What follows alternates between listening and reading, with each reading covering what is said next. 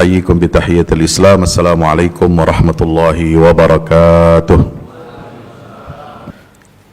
Bapak Ibu hadirin dirahmati Allah Subhanahu wa taala, mari kita bersyukur kehadirat Allah Azza wa Jalla dengan mengucapkan alhamdulillah.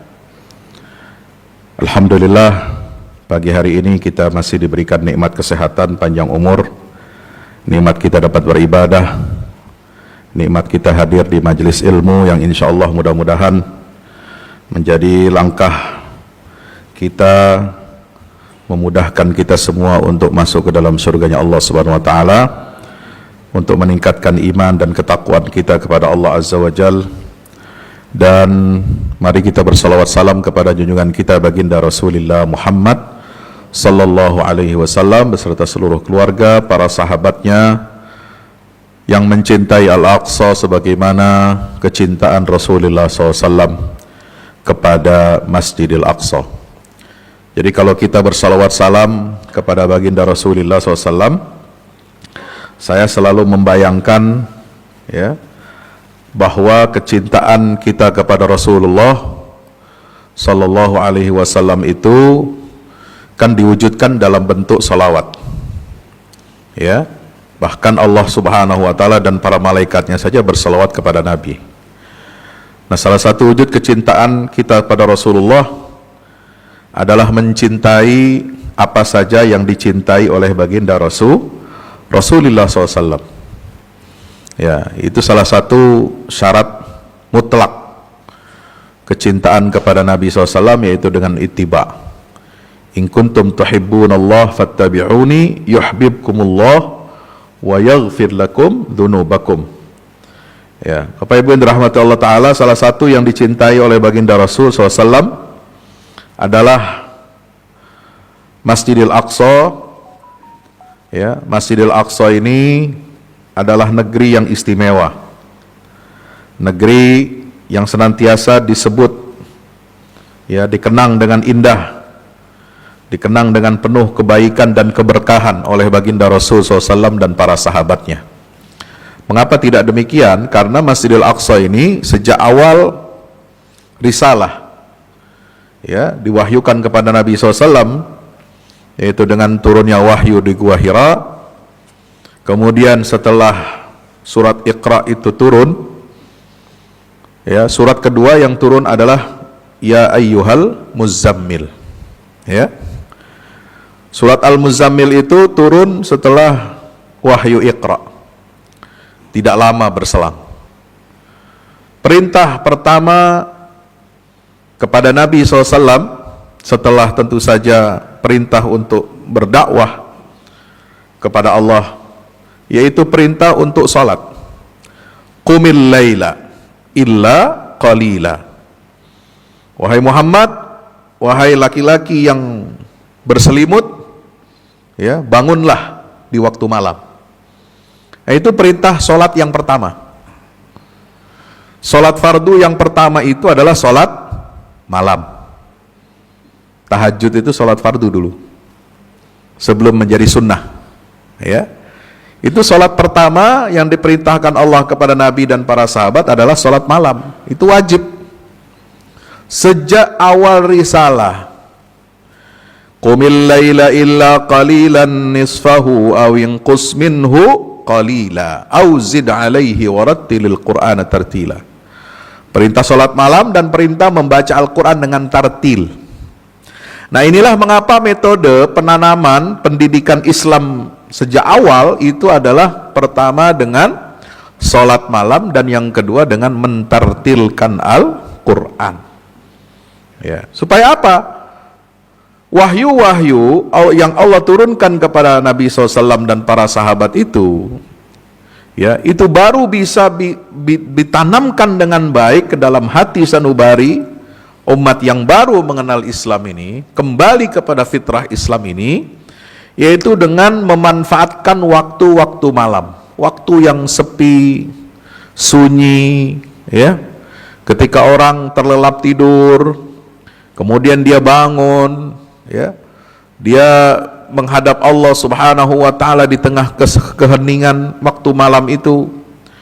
Nah, itulah cara Allah Subhanahu wa taala untuk mendidik umat yang baru tumbuh tunas yang baru tumbuh ini, disirami dengan cahaya Allah Subhanahu wa taala, ya, terutama di waktu keheningan malam tuh. Yang kedua adalah dengan tartil, warattilil Qur'ana tartila. Sebab apa yang akan disampaikan kepada para sahabat nanti melalui wahyu Nabi sallallahu alaihi wasallam itu adalah rangkaian ayat-ayat Al-Qur'an yang sangat berat, sangat panjang. Ya, turun bergelombang. Turun wahyu itu bertahap. Ya. Sepanjang hidup Nabi SAW berdakwah di Mekah dan Madinah, itulah ayat-ayat Al-Quran itu turun. Maka itu membaca Al-Quran itu harus dengan tartil, supaya tidak terburu-buru. Apa yang dibaca, difahami, apa yang difahami kemudian dihayati, apa yang dihayati itu kemudian menjadi apa? Manhajul hayat, menjadi metode ataupun kurikulum buat kehidupan umat Islam. Nah, oleh sebab itu, ketika Allah mewajibkan pertama ibadah itu adalah sholat malam, sholat fardunya itu adalah sholat malam, itu langsung Allah menghadapkan wajah Nabi dan para sahabat itu, sholat itu menghadap kiblat. Kiblatnya kemana? Ke Masjidil Aqsa, langsung, Pak. Padahal masyarakat Quraisy, masyarakat Arab itu nggak mengenal Masjidil Aqsa. Maksudnya tidak menganggap Masjidil Aqsa itu sebagai satu yang sakral, bukan sesuatu yang istimewa, ya. Karena yang mereka kenal sejak mereka lahir, sejak mereka ada berabad-abad jauh sebelumnya itu, ya mereka hanya mengenal satu kiblat, yaitu apa? Ka'bah. Ka'bah ini yang dibangun oleh Nabi Ibrahim, diteruskan kemudian pondasinya dibangun bersama-sama dengan Nabi Ismail. Ismail ini adalah kakek buyutnya orang-orang Arab, bangsa Quraisy. Ya, penduduk Mekah pertama itu kan Nabi Ismail dengan Hajar ibunya. Ya. Kemudian beranak pinak setelah Ismail menikah, ya, dengan wanita dari Jurhum, bangsa Arab, itu kemudian barulah makmur Mekah ini banyak manusia, didiami oleh manusia, dan mereka berabad-abad itu bertauhid kepada Allah, menyembah Allah. Yang mereka tahu kiblat itu ya hanya satu, Ka'bah, gitu. Ya. Walaupun dari keturunan Ibrahim yang lain, itu Nabi Ishak, itu semua anak cucu keturunannya tinggal di mana? Di Palestina. Nah, mereka kiblat sholatnya Ishak dan keturunannya ini adalah Masjidil Aqsa. Itu. Tapi bangsa Arab hanya mengenal satu kiblat, walaupun mereka sama-sama keturunan Nabi Ibrahim, karena dari anak cucu keturunannya Ismail, mereka hanya mengenal satu kiblat, yaitu Ka'bah.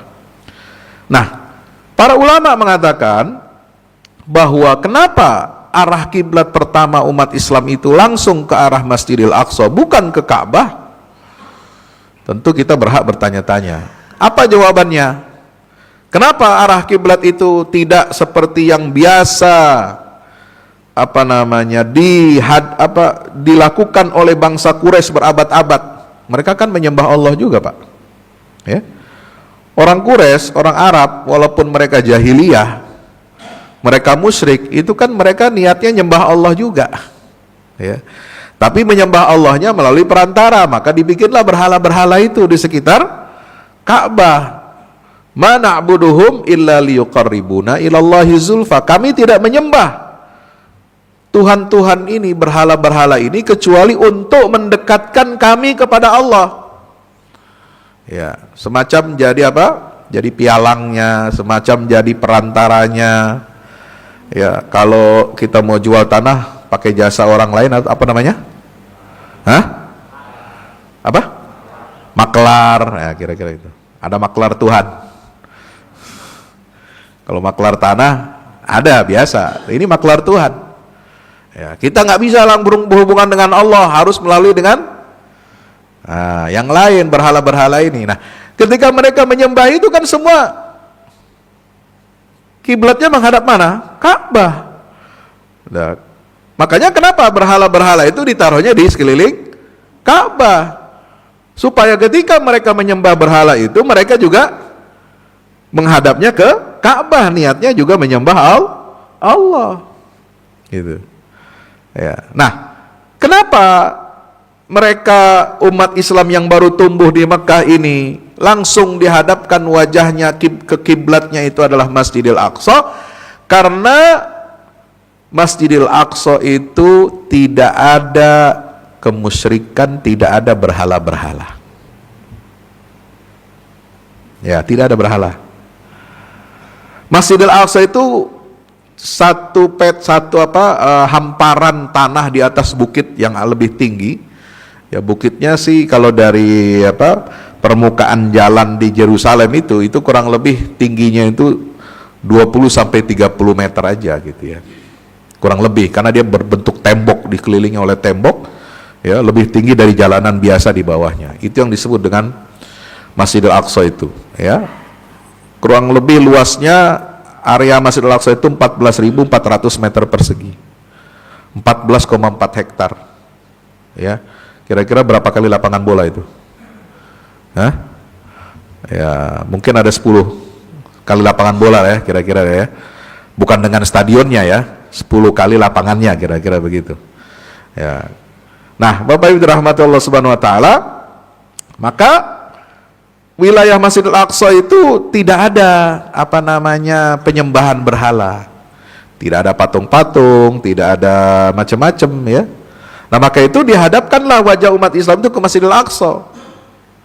Kenapa? Karena Masjidil Aqsa itu kan juga rumah kedua yang dibangun di atas muka bumi untuk menyembah Allah, sama dengan Masjidil Haram. Masjidil Haram itu di awal, inna awwala baitin wudi'a lin-nasi lalladzi bi Bakkata mubarakan wa hudan lil alamin.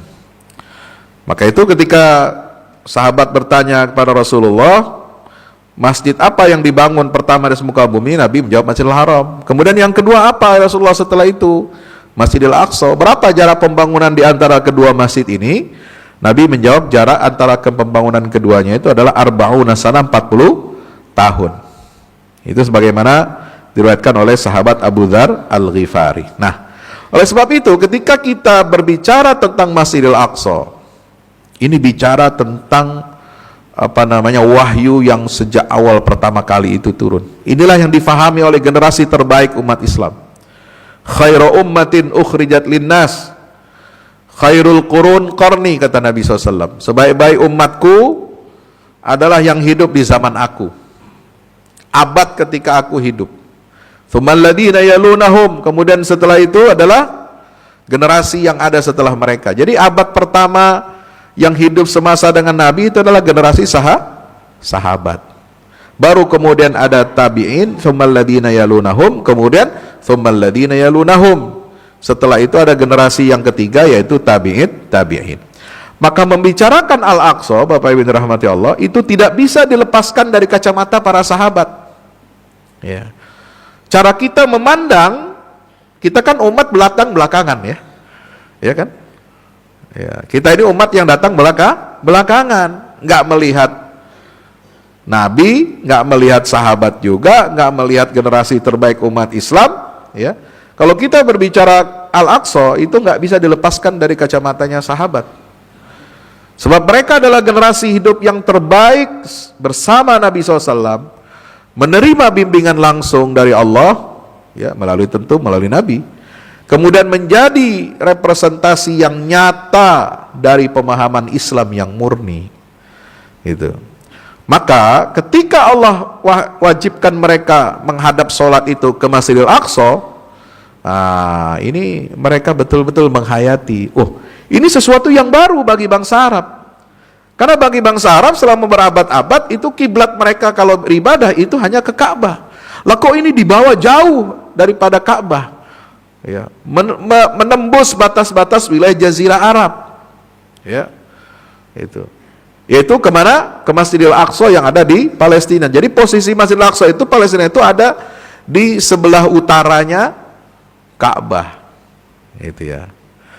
Kalau dari arah Mekah, ya, kemudian kita luruskan wajah kita ke arah Masjidil Aqsa, tapi melewati, artinya segaris lurus dengan Ka'bah, itu kita menghadap kiblat itu, sahabat saya membayangkan itu menghadap Masjidil Aqsa itu dari arah rukun Yamani.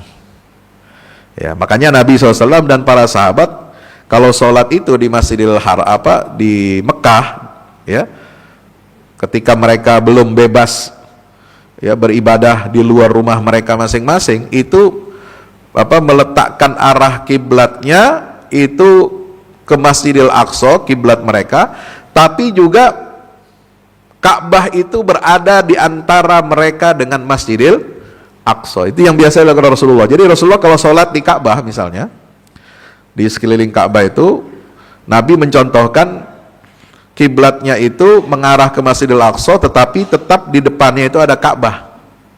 Nah, itu Nabi sholatnya biasanya di rukun Yamani, karena rukun Yamani ini adalah arah yang menghadap kiblat Ka'bah itu dari negeri Yaman, dari selatan.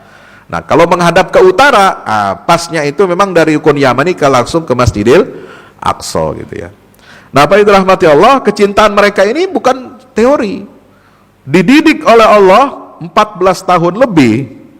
Ya, menghadap kiblatnya 13 tahun di Mekah ke Masjidil Aqsa, kemudian setelah hijrah 1 tahun kurang lebih, ada berapa dalam riwayat hadis itu 16 atau 17 bulan.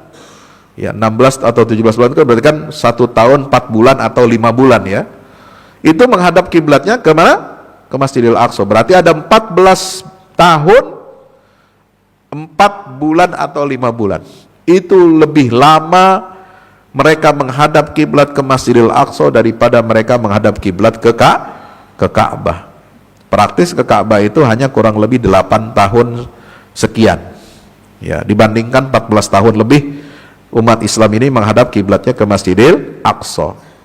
Maka itu ketika mereka berada di Madinah, mereka diajarkan oleh Nabi kita Muhammad SAW ya, untuk mencintai Masjidil Aqsa, ya, untuk menempuh perjalanan jauh, untuk memakmurkan masjid itu dengan ibadah, hingga Nabi mendorong mereka untuk berjuang membebaskannya. Ya, so apa? Ketika Allah perintahkan umat Islam ini ibadahnya menghadap ke Masjidil Aqsa, ya, itu wilayah Masjidil Aqsa itu, Palestina itu berada di bawah wilayah penjajahan Romawi Timur. Ya, Romawi Timur itu yang menguasai secara politik wilayah Palestina. Tetapi ingat, di zaman itu juga nanti kalau kita lihat dalam sejarahnya, wahyu ini turun bicara tentang geopolitik Timur Tengah.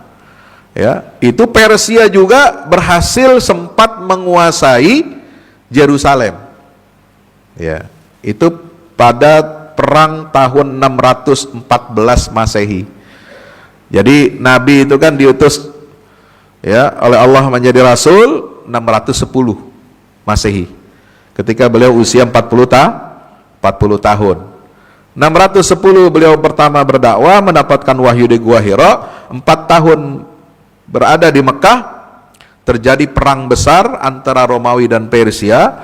Persia berhasil mengalahkan Romawi dan merebut kota Yerusalem, kota suci umat Kristen waktu itu. Ya, nah itu direbut oleh Persia, dan itu disebut oleh Al-Quran. Surat turunlah surat Ar-Rum.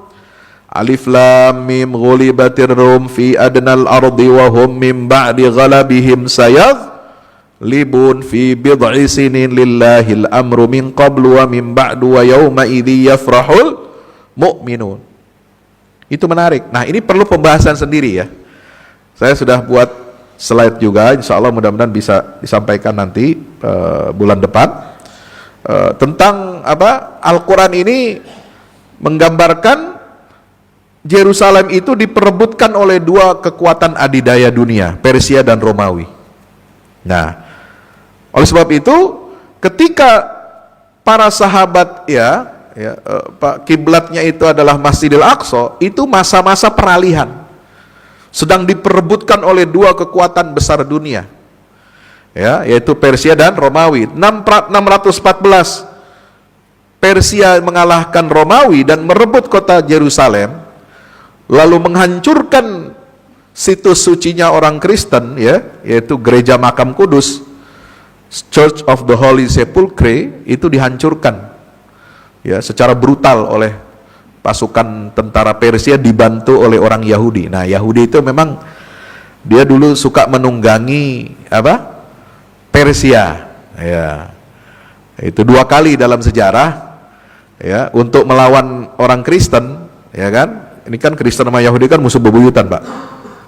Musuh bebuyutan tuh, nggak pernah akur, sampai sekarang, sampai kiamat, nggak pernah akur, ya.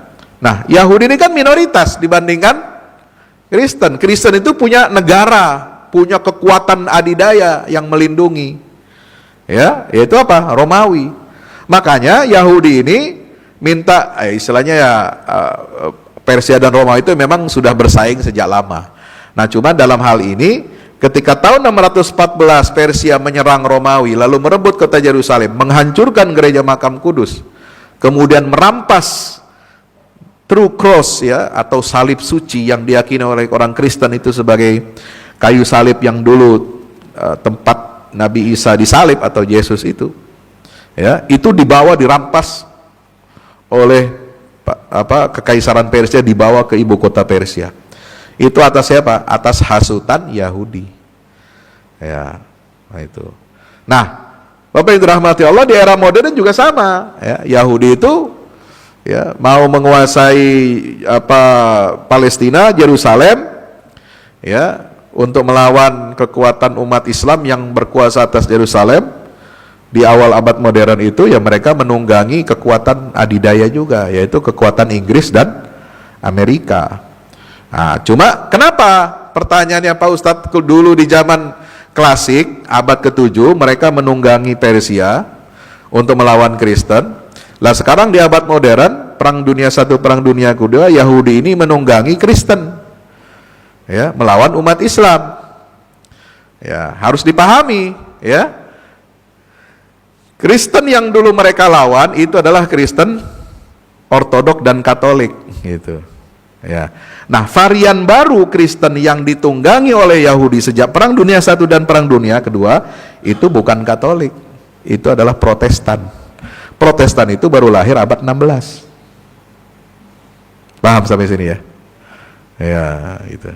Nah, Protestan inilah yang kemudian menguasai panggung politik Inggris dan Amerika di abad modern. Protestan inilah yang secara teologis itu mendukung Zionisme. Ajarannya itu mendukung Zionisme, gitu. Jadi agak ruwet memang sejarah hubungan, ya, hubungan Kristen dengan Yahudi ini agak ruwet, ya. Benci tapi rindu, rindu tapi benci, sudah tapi belum, ya, kayak istilahnya orang apa itu, ya, tahu sendirilah, ya. Sudah tapi belum, itu kan terkenal itu, ya. Nah, begitulah hubungan mereka itu, ya. Nah, Islam ini satu-satunya yang konsisten berada di tengah sejak dulu. Nah, ketika turun surat Ar-Rum itu 614, semua orang mengatakan Romawi tamat, Romawi sudah selesai, habis, dihabisi Persia. Ya, sejarah Kristen udah tinggal udah kiamat berakhir. Kenapa? Karena Kristen sebagai agama, sebagai doktrin agama itu dia dilindungi oleh kekuatan politik besar, yaitu Kekaisaran Romawi. Maka ketika kalah oleh Persia yang beragama Majusi, ini berita gempar. Tetapi Al-Quran mengatakan setelah kekalahan oleh Persia itu, Romawi akan menang lagi, akan bangkit sebelum 10 tahun. Ini lebih menggemparkan lagi. Al-Quran mengatakan demikian. Makanya orang-orang Quraisy Mekah itu mengolok-olok Nabi, mengolok-olok sahabat, ya. Apa itu Muhammad lagi ngigo lagi itu katanya, ya. Muhammad ini lagi berhalusinasi, ya. Baru kalah Romawi, nggak mungkin Romawi itu bangkit lagi, udah habis, selesai itu. Ya, kalau bahasanya Upin Ipin, Al-Kisah tamatlah gitu, ya. Ya, udah selesai, nggak bisa bangkit lagi. Tapi Al-Quran mengatakan apa? Membantah semua asumsi hitung-hitungan politik dan militer dunia, lalu mengatakan 10 tahun berikutnya, kurang dari 10 tahun, Romawi akan mengalahkan Persia dan akan merebut kembali Yerusalem. Jadi ketika Al-Quran menurunkan surat Ar-Rum itu, yang dimention sebenarnya bukan masalah Romawi dan Persia, tapi tentang Baitul Maqdisnya, tentang Masjidil Aqsa sebagai kiblat pertama umat Islam. Nah, kita lihat di sini misalnya Abu Dzar Al-Ghifari. Beliau itu bertanya, kemudian dia buktikan sendiri tentang apa? Masjid apa yang pertama dibangun, lalu masjid apa yang kedua dibangun, berapa jarak pembangunan di antara keduanya. Nabi menjawab 40 tahun. Ya, ini hadis Bukhari. Maka itu sahabat itu menyebut Masjidil Aqsa itu dengan penuh apa? Dengan penuh perhatian, dengan kerinduan. Sehingga Al-Aqsa ini bagi sahabat Abu Dzar Al-Ghifari itu terus hidup di dalam benaknya. Maka ketika di Madinah, dia kembali bertanya, mana yang lebih utama antara Masjid Nabawi dan Baitul Maqdis? Ya. Ketika dulu Abu Dzar bertanya, mana yang lebih dulu dibangun masjid, apakah Masjidil Haram atau Masjidil Aqsa? Nabi jawab Masjidil Haram. Itu di Mekah beliau bertanya. Di Madinah beliau tanya, ya Rasulullah, Masjid Rasul ini yang lebih utama atau Baitul Maqdis, kiblat yang pertama itu? Ya, maka itu kemudian apa? Dijawab oleh Nabi SAW, sholat di masjidku ini itu lebih utama afdalu min arba'i sholatin fil Masjidil Aqsa. Ya, lebih utama 4 kali lipat daripada Masjidil Aqsa. Berarti kalau sholat di Masjid Nabawi itu kan 1000 pahalanya ya. Berarti sholat di Masjidil Aqsa pahalanya berapa? 250. Ya, dia di seperempatnya. Atau dalam riwayat lain mengatakan khomsumi'ah sholah, 500 pahala sholat di Masjidil Aqsa. Tetapi Nabi mengatakan apa? Wala ni'mal musalla huwa.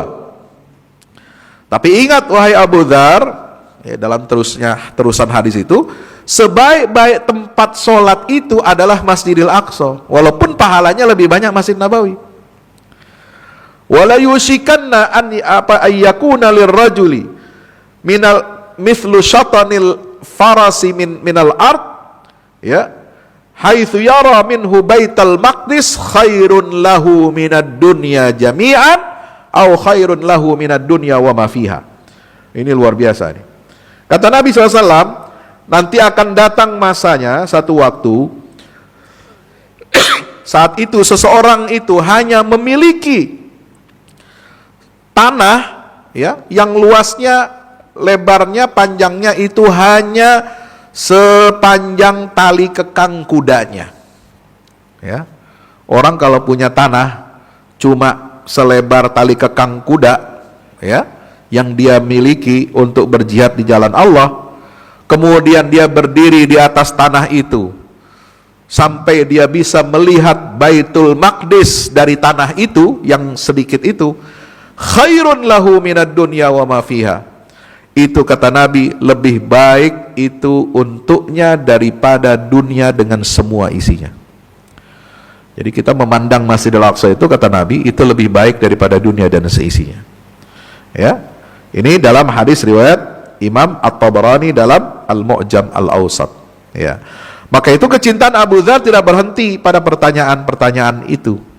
Dan dia buktikan dengan amal nyata ketika turun ikut serta bersama pasukan kaum muslimin, ya, membebaskan Baitul Maqdis dan menyaksikan Khalifah Umar bin Khattab, ya, melakukan serah terima kunci-kunci Baitul Maqdis dari uskup Palestina, uskup Yerusalem waktu itu namanya uskup Soforinus. Ya. Bapak Ibu dirahmati Allah. Kemudian kita lihat lagi bagaimana perhatian sahabat ini kepada Masjidil Aqsa dilanjutkan di masa Khulafaur Rasyidin. Kalau tadi kan cerita pertanyaan sahabat ketika Nabi masih hidup. Nah, ada satu lagi hadis ketika Nabi baru selesai dari perang Tabuk. Perang Tabuk itu tahun 9 Hijriah. Apa yang dilakukan Nabi SAW waktu perang Tabuk? Itu ternyata beliau perang Tabuk itu tanpa ada sebab. Tidak ada tantangan, tidak ada ancaman yang mengancam Madinah, tapi beliau perintahkan umat Islam memobilisasi pasukan ke Tabuk. Tabuk itu dari Madinah jaraknya 700 km ke arah barat daya laut. Artinya itu arah rute menuju Masjidil Aqsa. Jadi Tabuk, perang Tabuk itu, ya, kata para ahli sejarah, ahli tafsir mengatakan perang Tabuk itu memang sengaja, ya, diarahkan oleh Nabi SAW untuk menantang kekuatan Romawi. Ya, Romawi kan baru menang perang. Itu lanjutannya itu, wahum mim ba'di ghalabim sayaglibun. Nah, nanti lebih menarik lagi kalau saya sampaikan slide-nya, insya Allah nanti.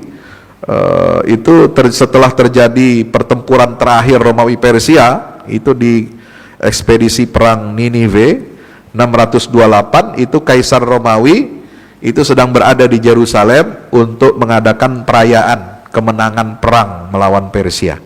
Di situ dia menerima surat dari Nabi SAW, surat dakwah, ya, setelah perjanjian Hudaibiyah. Itu merinding. Nah, setelah Heraklius mendapatkan surat dari Nabi, itu Nabi melancarkan perang pertama menantang Romawi, padahal baru menang perang ini melawan Persia. Itu perang Mu'tah tahun 8, dilanjutkan perang Tabuk tahun 9 Hijriah. Apa yang dilakukan Nabi SAW dalam perang Tabuk? Itu membangun 20 pos militer dan logistik. Sepanjang perjalanan 700 km itu ada 20 titik.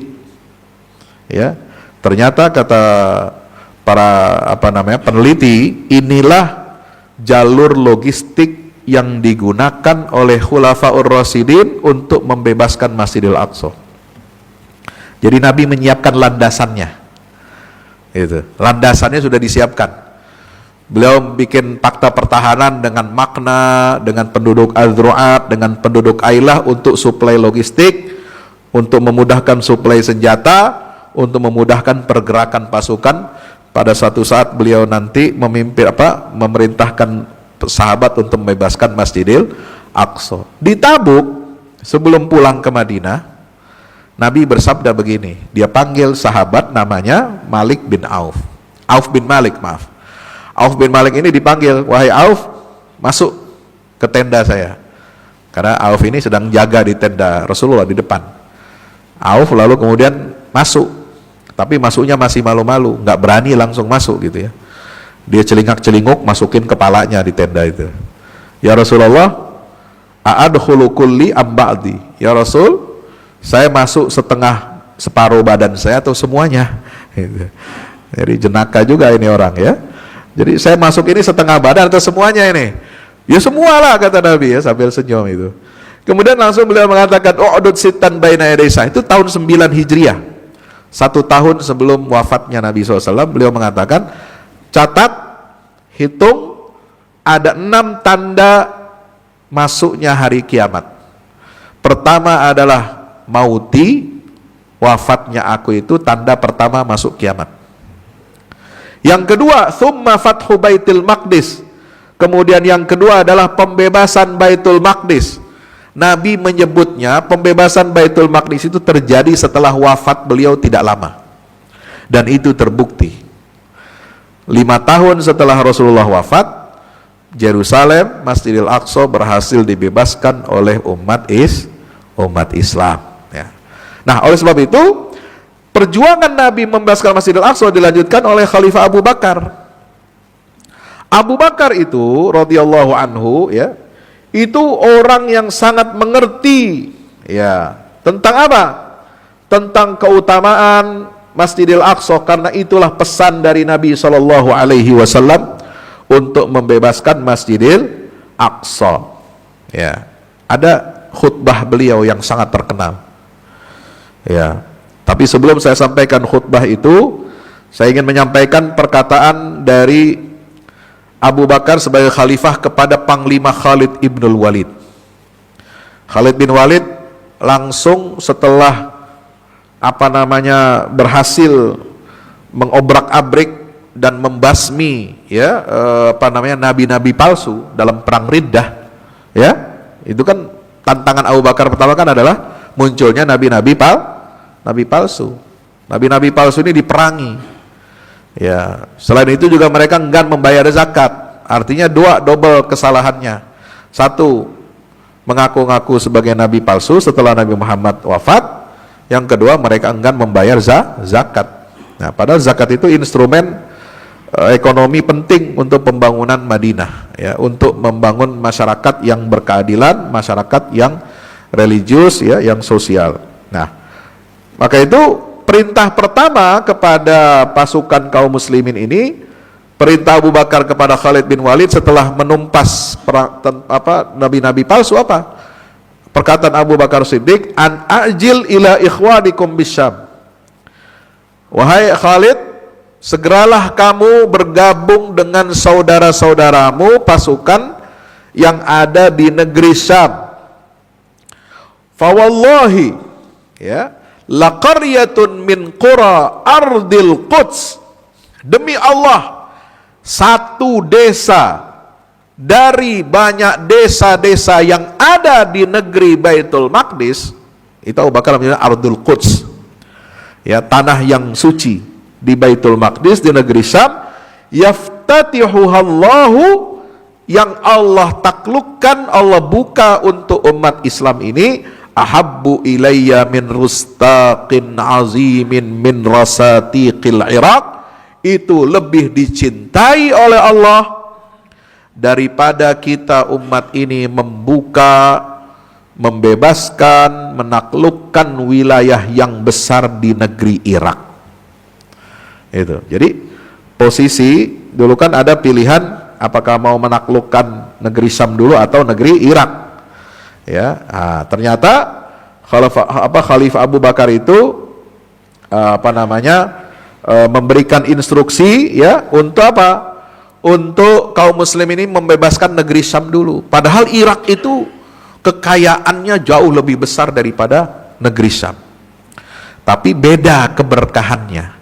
Ya, kalau Irak itu adalah warisan sejarah Persia dengan kekayaan alamnya, dengan kekayaan perbendaraan kekaisaran Persia itu, ya, itu, tetapi Abu Bakar lebih memilih kita lebih dahulu menaklukkan negeri Syam, Irak bisa entar. Makanya nanti di masa Umar bin Khattab eksekusi penaklukan negeri Persia itu setelah menaklukkan apa?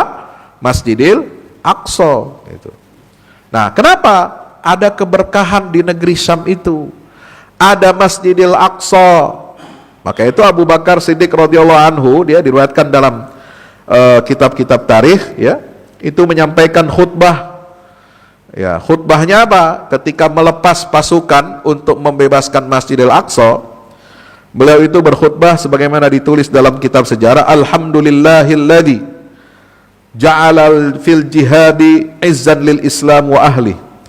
Ala wa inna likulli amrin jawami'. Wa man balaghaha fahiya hasbuh wa man amila lillahi kafahullah. Nah, itu mukaddimahnya, enggak perlu saya terjemahkan. Nah, ini yang kalimat yang sangat kuat.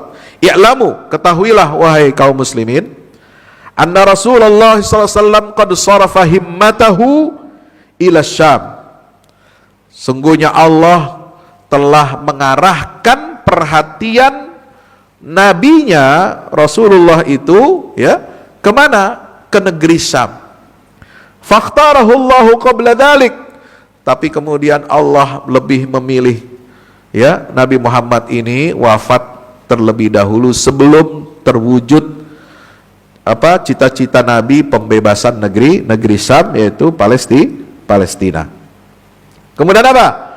Ala wa inni azimun ala an uwajjiha abtalal muslimin wa bi amwalihim wa dhararihim ila Syam. Maka ketahuilah, saya detik ini bertekad untuk melanjutkan cita-cita Nabi Muhammad SAW, untuk mengarahkan para pahlawan kaum muslimin dengan harta yang mereka miliki, dengan anak-anak yang mereka miliki, untuk membebaskan negeri Syam. Kenapa? Fa inna Rasulullah sallallahu alaihi wasallam qad amba'ani bidzalika qabla mautihi fatajahazu ibadallah li ghazwir Rum. Kenapa? Karena Rasulullah telah memberitahukan saya ini. Jadi Nabi itu memberitahukan secara pribadi kepada Abu Bakar sebelum wafat.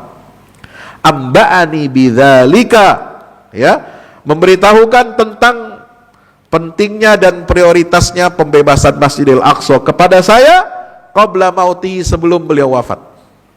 Fatajahazu, ayo bersiap-siaplah kalian wahai hamba-hamba Allah untuk memerangi tentara Romawi di negeri Syam. Fa innallaha qad takaffala lakum bi fathiha, karena Allah telah menjamin untuk kalian bisa menaklukkannya. Jadi ini luar biasa. Inilah amanah dari Rasulullah. Amanah itu diwujudkan oleh Khalifah Abu Bakar Siddiq, dilanjutkan kemudian baru terrealisasi di masa Umar bin Khattab. Ini apa bukti bahwa pembebasan Al-Aqsa bukan sekedar kemenangan politik, ya, melainkan itu adalah amanah agama yang wajib dijaga oleh umat Islam. Gitu. Dan pembebasan Al-Aqsa ini, Bapak yang dirahmati Allah, itu bukan semata-mata karena apa? Karena respon alamiah, ya, tidak terencana. Ini karena dampak dari ekspansi perluasan wilayah Islam. Enggak, itu memang sudah dicita-citakan oleh Nabi, ya, cuma belum terwujud ketika Nabi masih hidup, ya. Allah sudah memilih beliau wafat terlebih dahulu, maka itu menjadi kewajiban para pemimpin setelahnya untuk melanjutkan apa yang telah dimulai oleh Nabi SAW. So apa? Nabi itu sudah apa? Sudah memulai proyek pembebasan Masjidil Aqsa dengan surat kepada Kaisar Heraklius, dengan perang Mu'tah, dengan perang Tabuk, membangun jalur logistik 20 titik sepanjang 700 km itu. Subhanallah. Jadi ini kita harus baca, ya, sejarah ini supaya apa? Kita memahami bagaimana Rasul dan para sahabat itu membuat langkah-langkah yang terstruktur dan sistematis. Ya, inilah yang disebut dengan strategi nubuwah, strategi kenabian dan Khulafaur Rasyidin untuk membebaskan Masjidil Aqsa. Bahkan Nabi itu, ya, memperkenalkan sebuah sunnah untuk ihram haji atau umroh dari Masjidil Aqsa. Banyak orang yang nggak tahu bahwa zaman dulu para sahabat itu kalau mau ke Masjidil Haram, ya, mau umroh untuk haji dan umroh setelah Rasul wafat, itu mereka mengambil ihramnya dari Masjidil Aqsa. Kenapa? Nabi SAW sendiri yang bersabda, diriwayatkan oleh istri beliau Ummu Salamah, man ahalla li umratin aw hajjatin minal Masjidil Aqsa ilal Masjidil Haram, ghafarallahu lahu ma taqaddama min dzambi.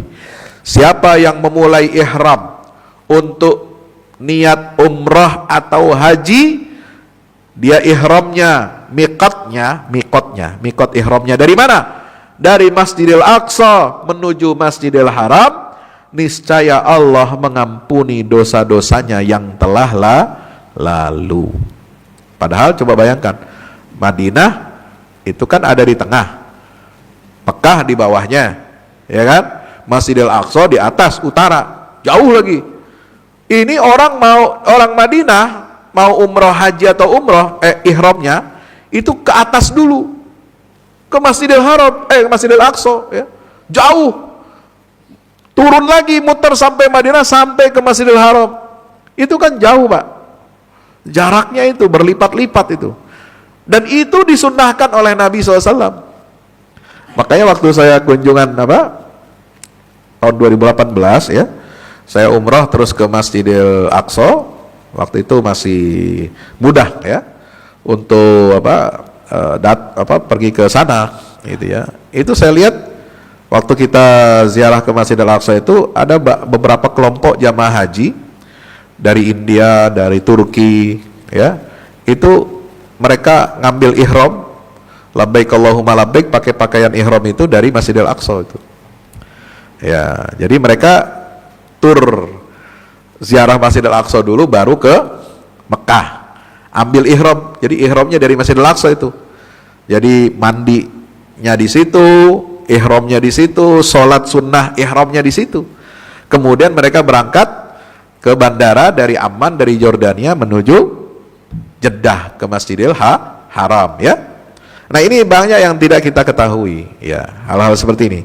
Nah, ini ternyata sudah disunnahkan oleh Nabi SAW melalui riwayatnya siapa? Ummu Salamah. Dan pemahaman ini diamalkan luas oleh tokoh-tokoh sahabat yang lain seperti Abdullah bin Umar, Sa'ad bin Abi Waqqas radhiyallahu anhuma. Inilah yang membuktikan betapa kuatnya ikatan spiritual antara kedua masjid suci, kedua tanah suci, yaitu Masjidil Aqsa dan Masjidil Haram, ya. Bapak yang dirahmati Allah.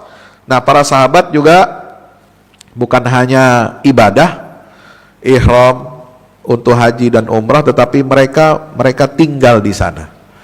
Mereka berdakwah di sana. Mereka memakmurkan Masjidil Aqsa. Seperti siapa? Ubadah bin Samit. Itu diangkat sebagai qadhi, hakim buat wilayah Palestina. Beliau menetap dan mengajar, berfatwa di Baitul Maqdis. Shaddad bin Aus juga tinggal di Masjidil Aqsa. Itu sesuai dengan arahan langsung dari Nabi kita Muhammad sallallahu alaihi wasallam. Nah, di area sekitar Masjidil Aqsa, ya, itu di Babur Rahmah, di sisi timur Al-Aqsa, itu ada pemakaman Babur Rahmah. Di situ banyak sekali puluhan dan ratusan sahabat Nabi dikuburkan.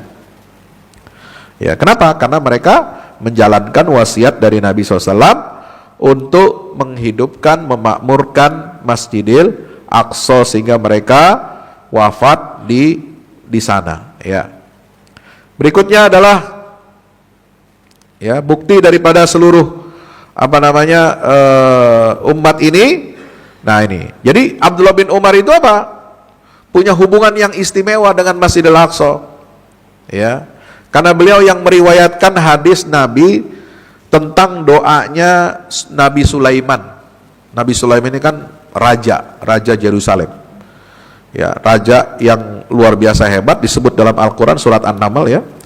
Itu ketika beliau merenovasi Masjidil Aqsa, selesai renovasi itu dia berdoa kepada Allah minta 3 hal.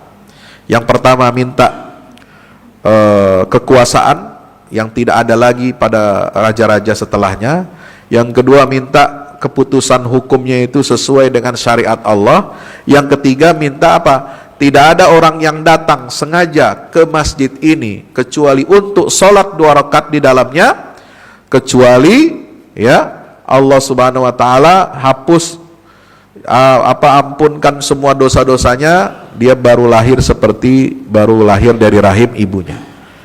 Nah, 2 doa yang pertama kata Nabi itu diperuntukkan oleh Allah kepada umat Nabi Sulaiman. Dan saya minta doa yang ketiga itu Allah berikan untuk saya dan umatku. Maka berdasarkan hadis ini, Abdullah bin Umar, ya, itu rela-rela menempuh perjalanan jauh dari Madinah ke Baitul Maqdis cuma dengan satu niat, hanya untuk menunaikan sholat. Bahkan Abdullah bin Umar, ya, putranya Umar bin Khattab, bapaknya kan yang langsung memimpin, ya, serah terima Baitul Maqdis, Umar bin Khattab itu. Nah, putranya Abdullah bin Umar ini yang meriwayatkan hadis dari Nabi Sulaiman itu apa?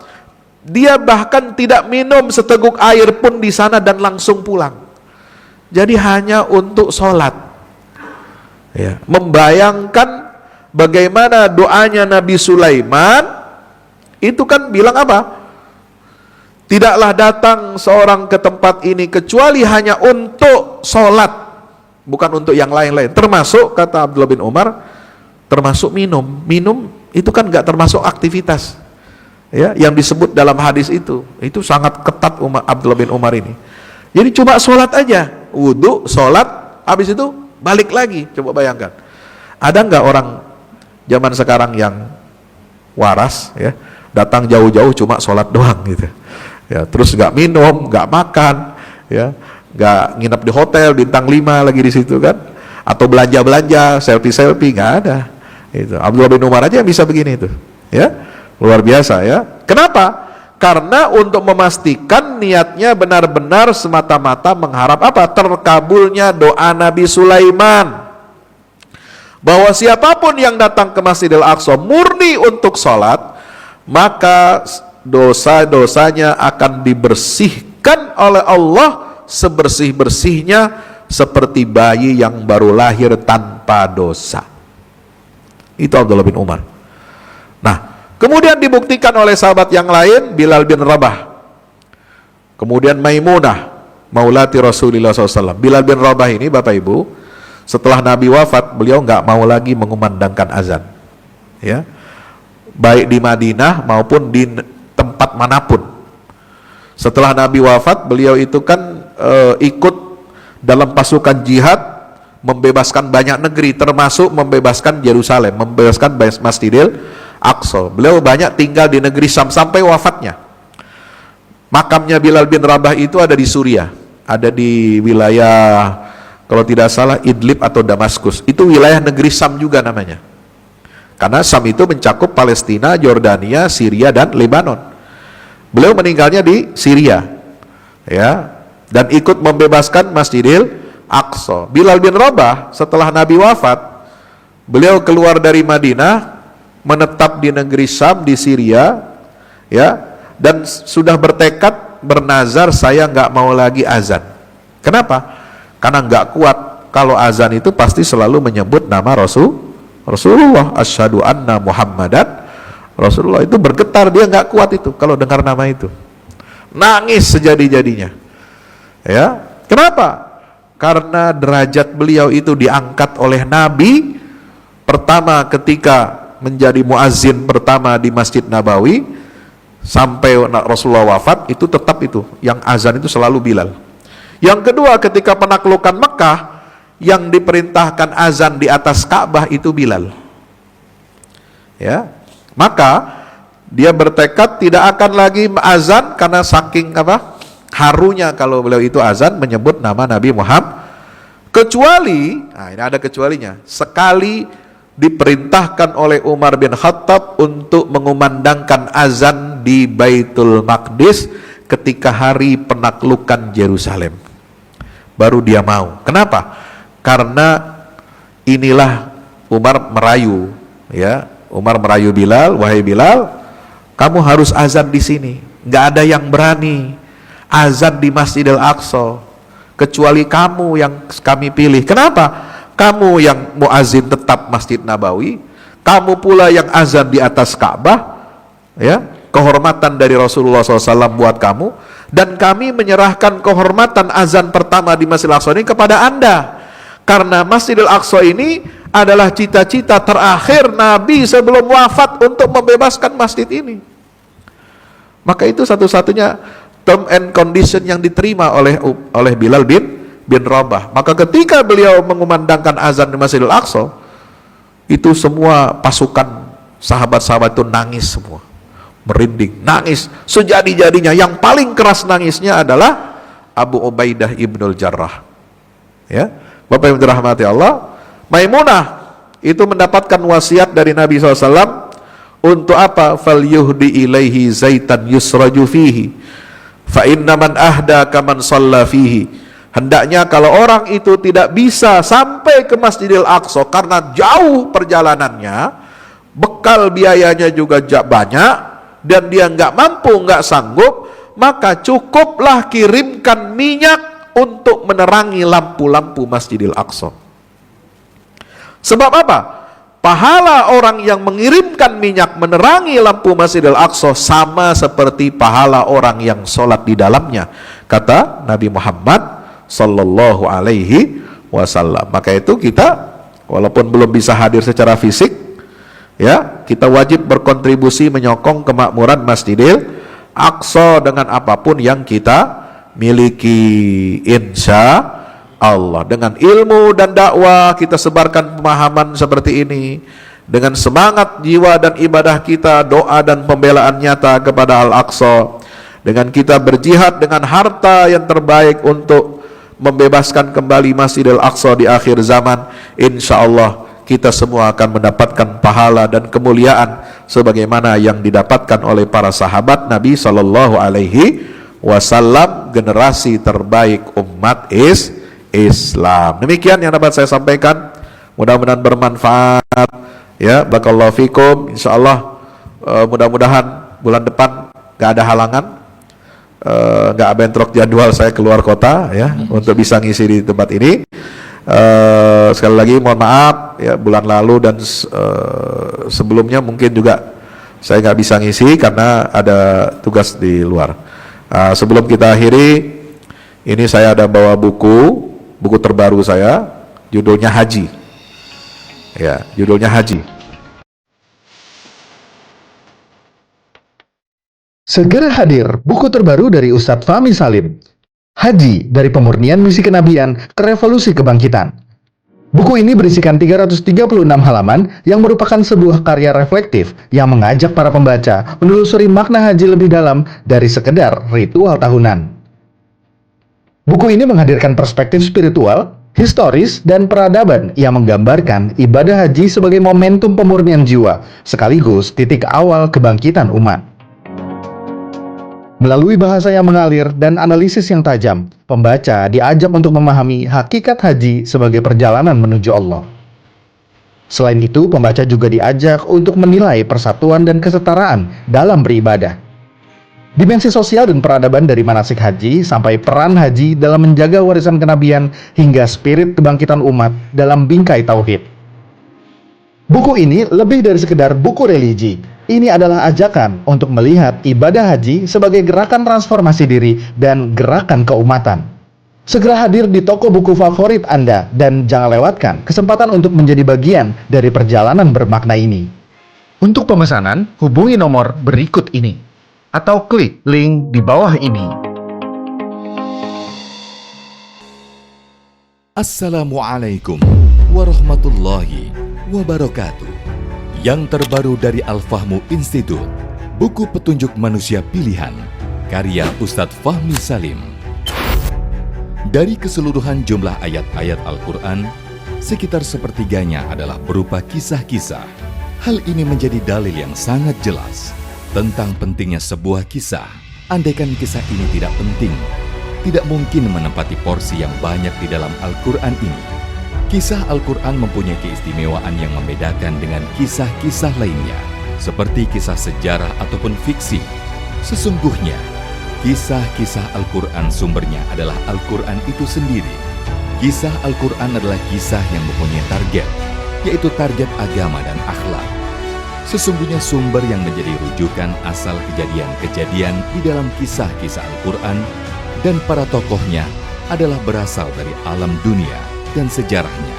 Kisah Al-Quran adalah kisah nyata yang tidak ada khayalan atau fiksi di dalamnya.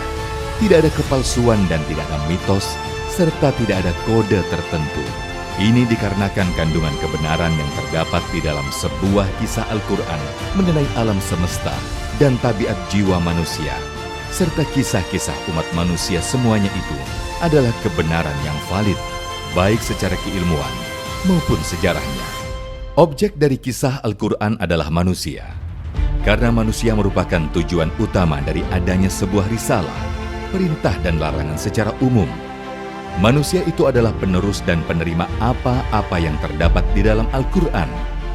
Kisah Al-Quran itu bukan hanya pemaparan tentang kebenaran sebuah sejarah saja, melainkan juga ada, terutama berfokus kepada sisi ibroh atau pelajarannya. Sungguh, Al-Quran diakui tidak hanya mukjizat dari segi sumber keilahiannya atau sisi kesastraannya yang indah, informasi ilmiah sainsnya yang tepat, informasi kabar gaib terdahulu dan yang akan datang, dan aspek syariatnya saja. Mukjizat Al-Quran juga berupa solusi-solusi praktis masalah kehidupan, seperti tergambarkan dalam kisah-kisah petunjuk manusia pilihan yang menjadi utusan-utusan Allah. Petunjuk manusia pilihan sudah seharusnya menjadi pemandu dan penerang jalan agar Indonesia dan dunia keseluruhan segera terentaskan keluar dari berbagai kegelapan hidup menuju cahaya peradaban yang unggul gemilang, bersendikan tauhid yang kokoh sepanjang masa. Dikemas dengan tuturan yang mengalir, bercerita tanpa menggurui, petunjuk manusia pilihan bisa menjadi khasanah di setiap keluarga untuk memetik pelajaran dari kisah-kisah manusia terdahulu dan pelajaran itu berkaitan erat dengan kehidupan kita masa sekarang.